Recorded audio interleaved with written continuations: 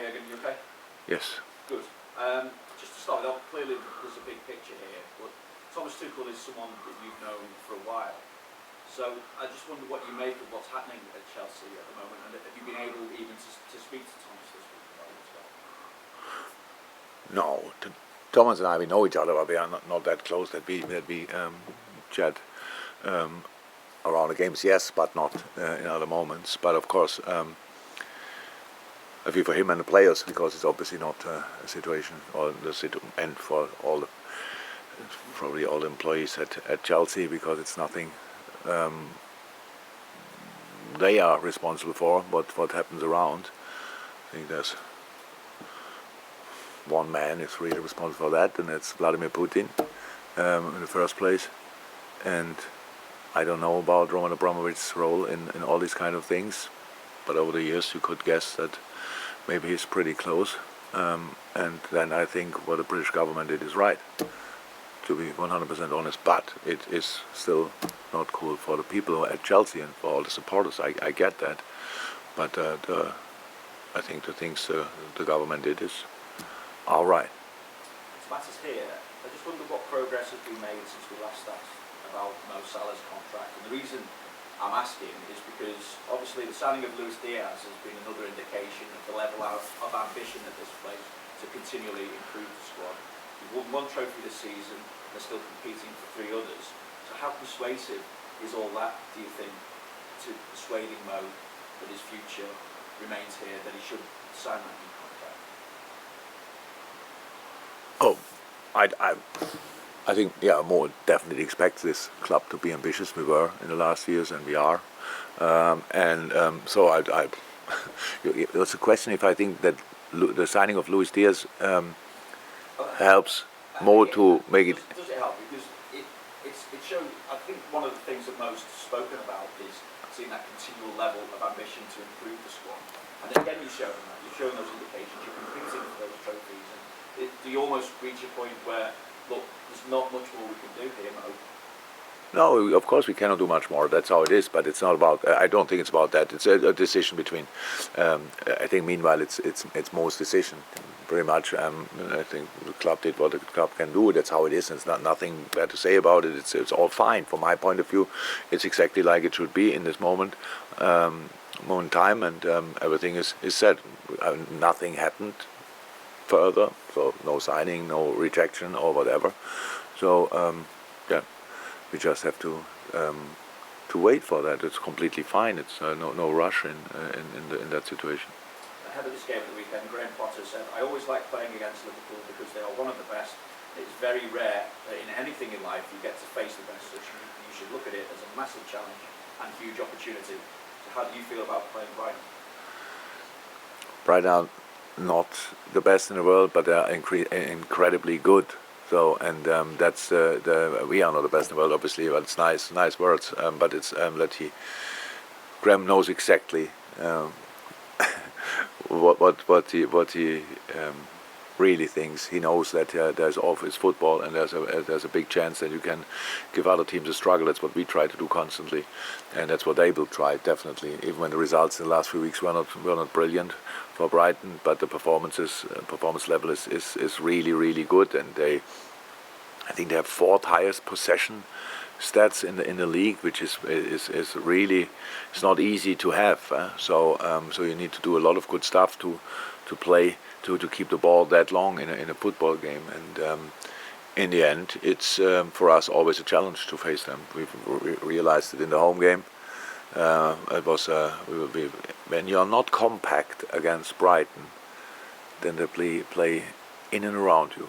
That's how it is. That's how they set up. So we have to make sure that we find a proper defending attitude, and from there we go. And we don't go there to show who is the better side or who is world class and stuff like this. Not at all. We try to. We are humble enough to go there and really work incredibly hard, and put in a proper shift. That's what I expect. Not a fancy football game. I expect that us as a real hard-working unit. PRP? Hi. Just what have you made of the impact of Luis Diaz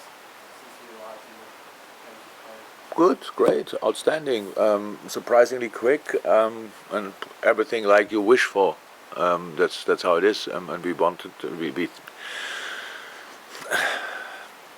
when you sign a player, you never know in the moment how quick it will go. Obviously, it's and Luis has so many things he needs to have an impact here, and we saw that in the first moment. But then there's still a difference between seeing it in training and bringing it on the pitch. But he's obviously exactly what you really get what you see in training. You get it as well in the game. So yeah, brilliant so far. You've won 7 Premier League games in a row and only conceded twice. How important is momentum at this stage of the season in the title race? For us, incredibly important because we obviously have no time and no points to waste. So yeah, we have to keep going. That's clear. That's the situation is clear. Everybody knows it, and yeah, if there is any kind of momentum, we should better keep it and work with it. That's it. Are you excited by the title race? Do you think it will go close to the end? From our point of view, I hope so, but I don't know. So because we spoke about that here now plenty of times, and it's always the same. Everybody's excited about having the opportunity to have a title race. Our problem is we have to play Brighton now. Then the game in hand we have a few days later against Arsenal away. in all the thoughts of a lot of people, it's like, okay, 3 points, bam, bam. But there's the 180, at least 80 minutes of football in between. Now only 90, and then another 90. So it's really tough. But so far the boys did incredibly well, and why shouldn't I think we cannot go on? So it's hard work, yes, but the boys are ready to work hard, and then you have to play your best football, and if you can't play your best football, you have to force luck a little bit. That's how it is, and yeah, we will try everything. But if we can call it, from our point of view, we cannot call it a title race because we are still behind and all these kind of things. But we try to win football games, and let's see. Just finally from me, Roberto Firmino, is he ready to play? Yeah, he's back. Julia? Thanks. What's been the reaction from midweek going into the last? Are there any more injuries? We saw a few players maybe missing from training yesterday. We had a few little things, but so far nobody is out of training. We have on top of that, however, COVID is not over. So these kind of things we have as well, or had. We will see how that's going on. We try absolutely everything to avoid this, but it's obviously not really possible. Players or staff who had it now have absolutely no symptoms. That's good, but still they cannot be involved. We will see. But they come later today, so we train a bit later, and they're not here yet. And so far, I didn't get any news injury-wise. I think, yeah, they all should be ready. I was just wondering if I may, you talk about like the cover shift you then against Brighton. It's been such an intense time. I've seen so many games being played in different competitions as well. Is there a skill set? Is there an art? Can you keep that motivation going to keep them all together, to keep that intensity going? Is there a skill you have at all, like Who? way to keep it all together? Yeah, it's boys, the character of the group. So we don't feel sorry for ourselves or whatever, and think, oh my God, again? Not at all. So we really like the situation, and we are used to it. It's not, come on,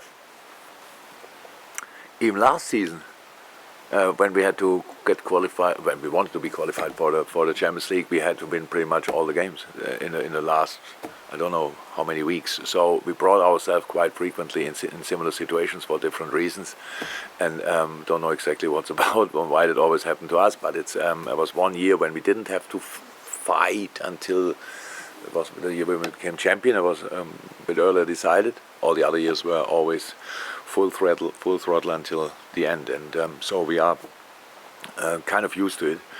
But I don't take it for granted that it works out, and I know that it's that the boys have to invest a lot, and of course we try to help with all we can, with all the recovery stuff, opportunities we have, and then obviously with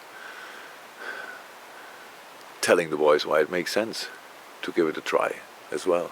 Yeah, of course, that's these kind of things. We want to write a special story here, not only this year, in general.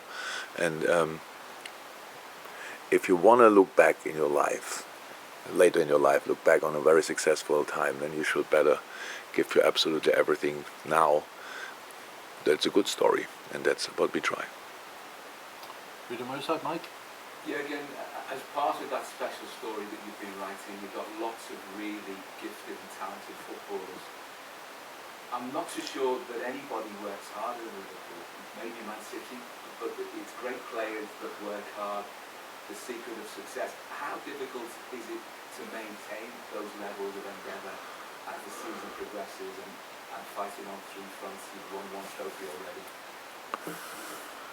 I'm not sure if it's difficult or whatever, but you cannot do it. I'm pretty sure you cannot do it now with everybody. But I believe in humans, and I really believe in the fact that everybody has a specific amount of self-motivation. So, and then if you see other guys around you who have something similar or even bigger, higher, whatever, higher level of self-motivation, then you realize, okay, that's possible, that there's still obviously some space for improvement. So it's a lot, pretty much all about the boys themselves. We were really lucky in moments and obviously quite smart in other moments with bringing these boys together. And now it's a lot about self-education, about role models in the team, about who sets standards on the pitch, but in the dressing room as well, these kind of things. And we are really blessed, and you're right, I think. But it's not only City and us, Chelsea's, they are all working hard, and for different reasons. Burnley's working incredibly hard, and that every day, but they don't get the points all the time, but they never give up and all these kind of things. So if you want to be in the Premier League, if you want to be a Premier League player, you have to be ready to give your absolute all. Just some are more skilled than others. Then you think they work even harder, but that's not always the case. Sometimes the guys who have really only, like me as a player, I worked incredibly hard, but the people didn't talk about that. They only talk about that I cannot control the ball, which actually was that was the same way I thought about it. And so having an outstanding attitude should be the basis for a successful sports career. And Brighton, not in great form at the moment, results-wise, as you indicated.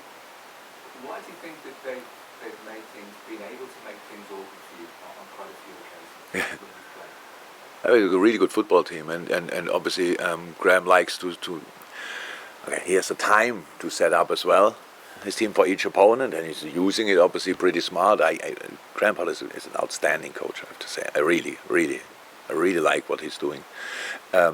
I think Brighton has the problem that from time to time they don't finish the situations off they create. I don't know how many games I watched of Brighton when you thought 80 minutes, wow, my God, how good they are, but they were only 1-0 up, and then the other team has one chance and it's 1-1, and I think, oof, that's really hard. But if you have a look at the players they bring in and the way they play, it's really exciting to watch. And it's really good football. And we realized that in the home game, we were 2-0 up. Didn't think that was quite long ago, but I didn't think we were brilliant that day. But we really didn't really leave the door open. They needed a screamer to get a bit closer. But then from that moment on, we were not compact anymore, and they played through the lines, between the lines, in behind the lines. And that's what not a lot of teams are able to do, but they were. And I respect that a lot, and that's the team we prepare for tomorrow. Carl, anything from you? Carl? You've not experienced many defeats this season. Enough. In the last year. More than enough. Yeah. I'm wondering what the immediate reactions from the players. I choose this as an example because you lost, but you still went through. But what the reaction from the players is immediately after the defeat and the day that defeat? Do you see a difference in that? No. We are no good losers. I mean, we are honestly. It's not like that, but it's not. But you have to. So I have usually after the game a little speech in the dressing room. So actually most of the time quite nice to say to the boys how good they were and stuff like this. Obviously in this game it was slightly different, but in the end I realized when I looked in the eyes, I was in a better mood than the players when I came in, and I lost as well. So, but my first thought, we are through against a tough opponent. The boys' first thought was wow, we lost, and both is fine somehow. And it's like always in life, reaction is important. We have to see. We have to show reaction. We will. I'm pretty sure we will, because in the game, the result is only the result. I'm obviously very interested in the performance, and I didn't like parts of the performance, especially defensively. So, and that's now a good point to make before you play Brighton, because if you don't defend properly against Brighton, we have a problem. Definitely a problem. And our counter press was not even close to what I would have expected it in this game. And we got punished for it. Do I like losing? No. Do I like the fact that if you don't do what the plan was, that you then get a knock for it? Yes, I would have been happy with a draw as well. It would have been enough of a knock, but now we lost. Or we could have won, and all this kind of thing. So you have to, with all the chances we had, then, okay, some of them against 10 men, but before already, it would have covered a couple of things for this game. Problems we don't have that often, but we had it in that game, and we have to stop having these problems. We have to show that we understand there's a way we can cause each team in the world problems, and we should better use that way.